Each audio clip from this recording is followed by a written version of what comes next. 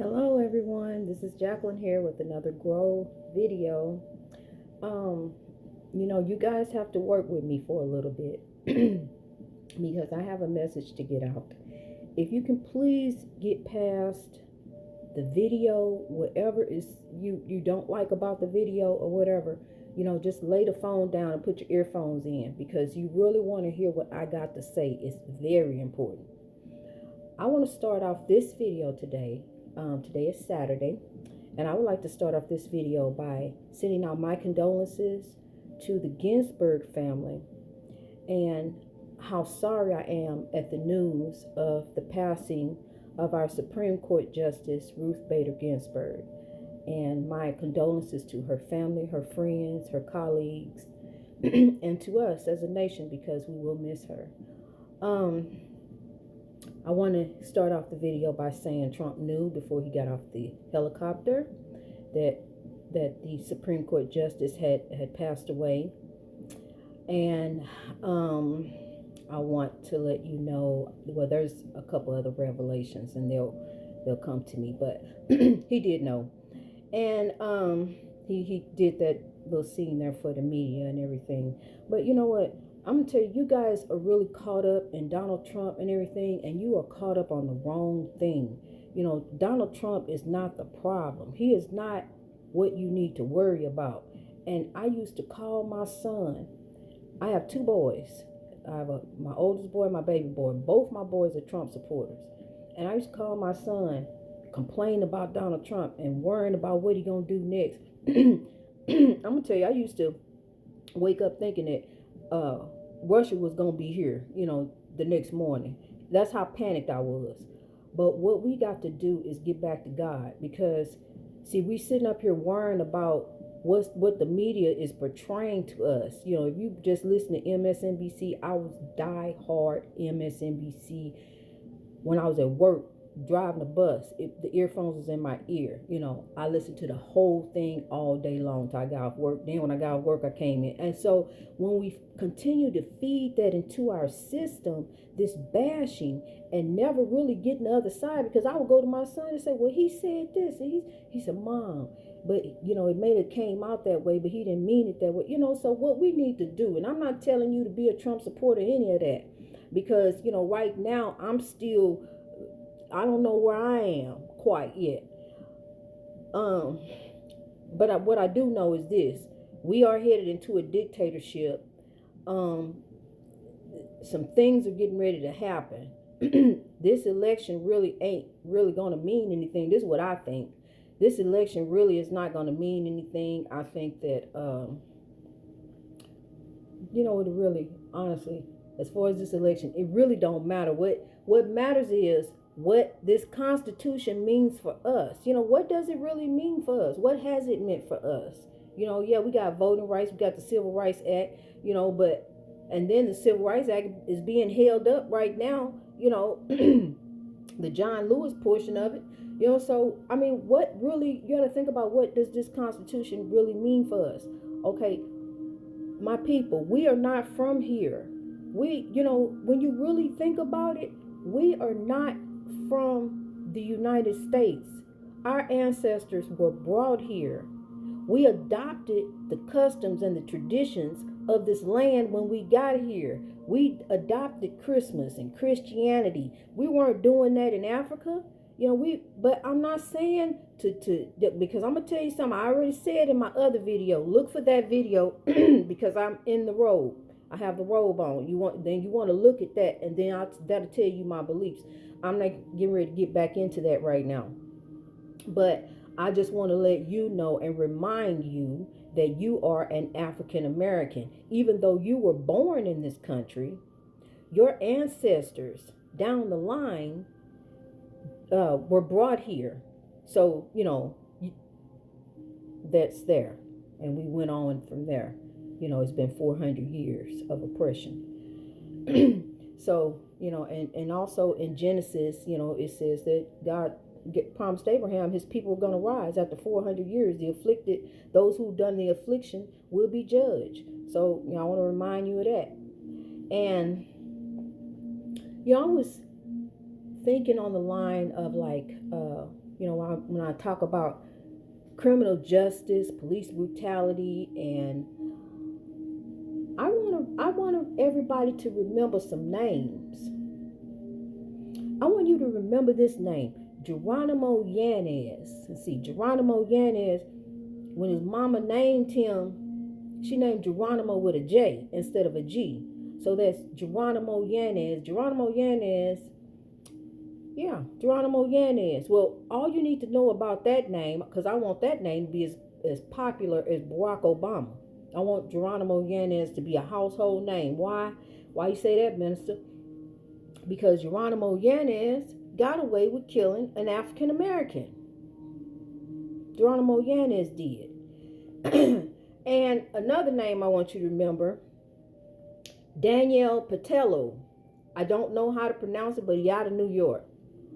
I don't know what he's doing, but I think he's still trying to be a police officer. He's still applying, going around different places, trying to be a cop.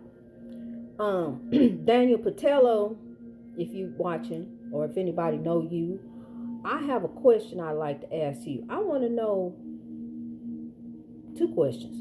Why because see, no, you never answered this. Nobody said you answered this question. I want to know, why would you use a chokehold that's banned in your department? Why would you do that in the first place?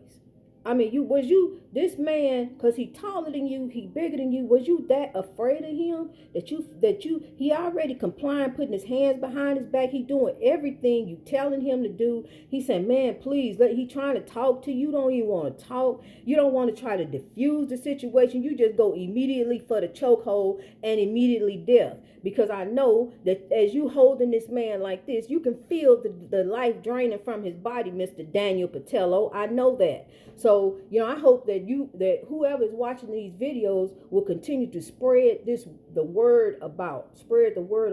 And I'm gonna get the man's name, because I read the article. I had it, and but I'm gonna get the police officer's name who's out there, who allowed the dog to chase the man who hid up under the porch and drug him out, and the police officer allowed him to eat his genitals. So I'm gonna find you too. I'm gonna get your name. That way, everybody know. I don't want y'all to.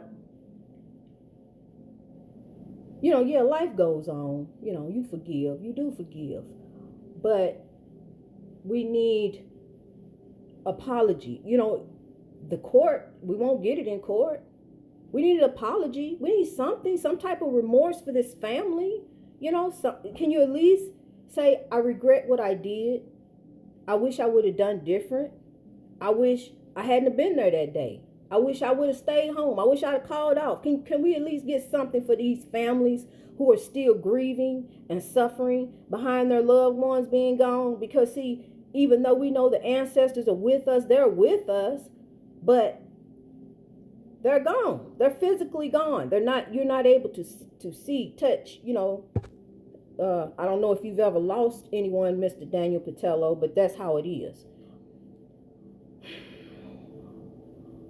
Miss Betty Shelby, I know you out there still trying to teach people how to kill. But we remember you too, Miss Betty Shelby. Because see, you could have done things a little bit differently also. If you were afraid, I know you were afraid. You didn't know what he was going to do. But you weren't trained to shoot and kill when you don't know what to do, Miss Betty Shelby. You're supposed to do what the book says. Yeah, you went to trial and they found you not guilty.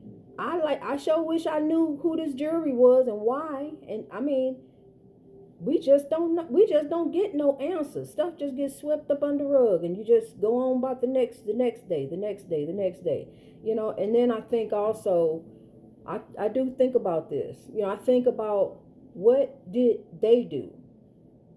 Well, maybe he shouldn't have reached. Maybe he shouldn't have looked, or he shouldn't have turned, or he shouldn't have acted like he wanted his eyes. And then I'm like, well, when you think about Mr. Geronimo Yanez, the young man said, sir, I have a weapon. There was a young baby in the back seat. His wife was sitting beside him. He said, "Sir, I'm a licensed owner. I'm licensed to carry. I have it on me, sir."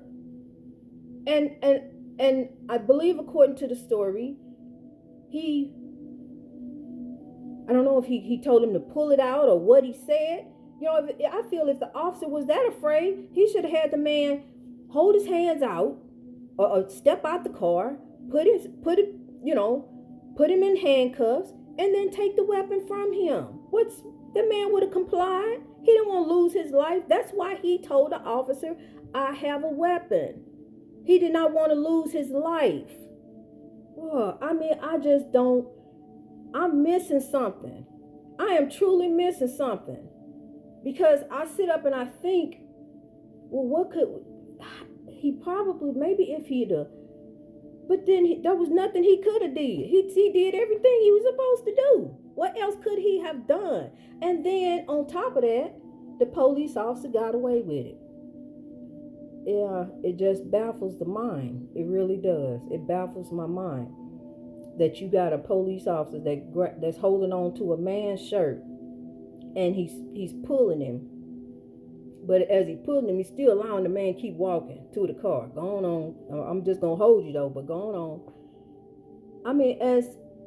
As I'm watching the young man get shot in the back, I didn't want to see it, but to hear him put it on there, I felt that.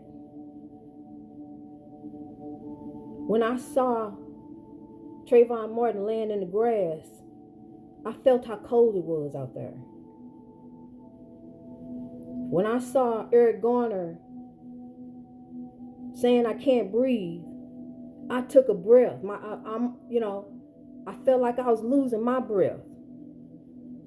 When I saw Rodney King in the street being beat, I felt those blows myself.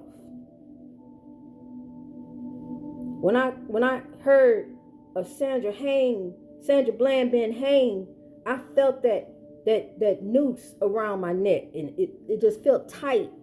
I just felt tight. And I just feel like these souls are still crying out. See, I'm gonna tell you something about a soul. A soul don't die. A soul is energy. See, this physical body that we got here, this goes when we go on. But the soul continues on.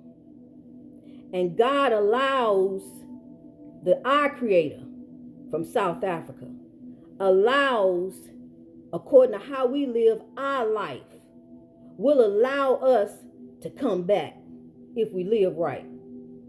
The Creator that I know, the studying that I've been doing, the praying that I've been doing, the meditating that I've been doing, that the Lord, the Creator that I know, will give you the glory here on earth if you live right. And when He call you on, you're going to get glory. You'll get glory on into the spiritual realm. And the spiritual realm is peaceful. I'm going to tell you something. God ain't everywhere. The Creator sent the ancestors. When you feel you're not alone, God sent your beloved ancestors. It could be your grandmother. It could be your auntie. It could be somebody on down the line. It could be an ancestor on down the line. Don't believe that they gone and you don't hear from them no more. They around you. They are helping to guide your life. They are trying to get you to get your mind right. And they sent me to help you to get your mind right, so we can start living right today and get the glory. We're going to stop being oppressed, and we're going to stop oppressing one another, and we're going to lift ourselves up, and we're going to build up our community. We're going to stop being enslaved in our mind. We're going to stop being oppressed in our pockets. We're going to stop oppressing one another. We're going to stop selling the drugs. We're going to stop taking the crack. We're going to stop taking the heroin. We're going to stop with our dirty deeds. We're going to stop oppressing our children. We're going to stop with this fighting and this killing and this oppression in this community. We got little kings and queens that are looking at us. You know, God took one ancestor. That was Chadwick Boseman. He took that ancestor. So now, now everybody looking around, well, who gonna be the role model for the kids? That is up to us. His legacy lives on in us. Our ancestors live on in us. So it's up to us. It ain't up to me sitting back seeing what you gonna do and sitting back seeing what they gonna do. It's up to us right now today. We have little kings and queens who are looking at us and the images that they see on TV and on Facebook. Get rid of that Facebook. What they seeing on Facebook is fighting and carrying on in the community. When they and then on TV, they seeing the police killing us. So what these little kings and queens need to see is us rising up and building up our community and stop acting like fools and get it together. Get our mind right. Stop taking these drugs. Stop drinking this alcohol. Get yourself together. We're going to grow. We're going to grow together. That's the word for today. Let's grow. God bless you. I love you.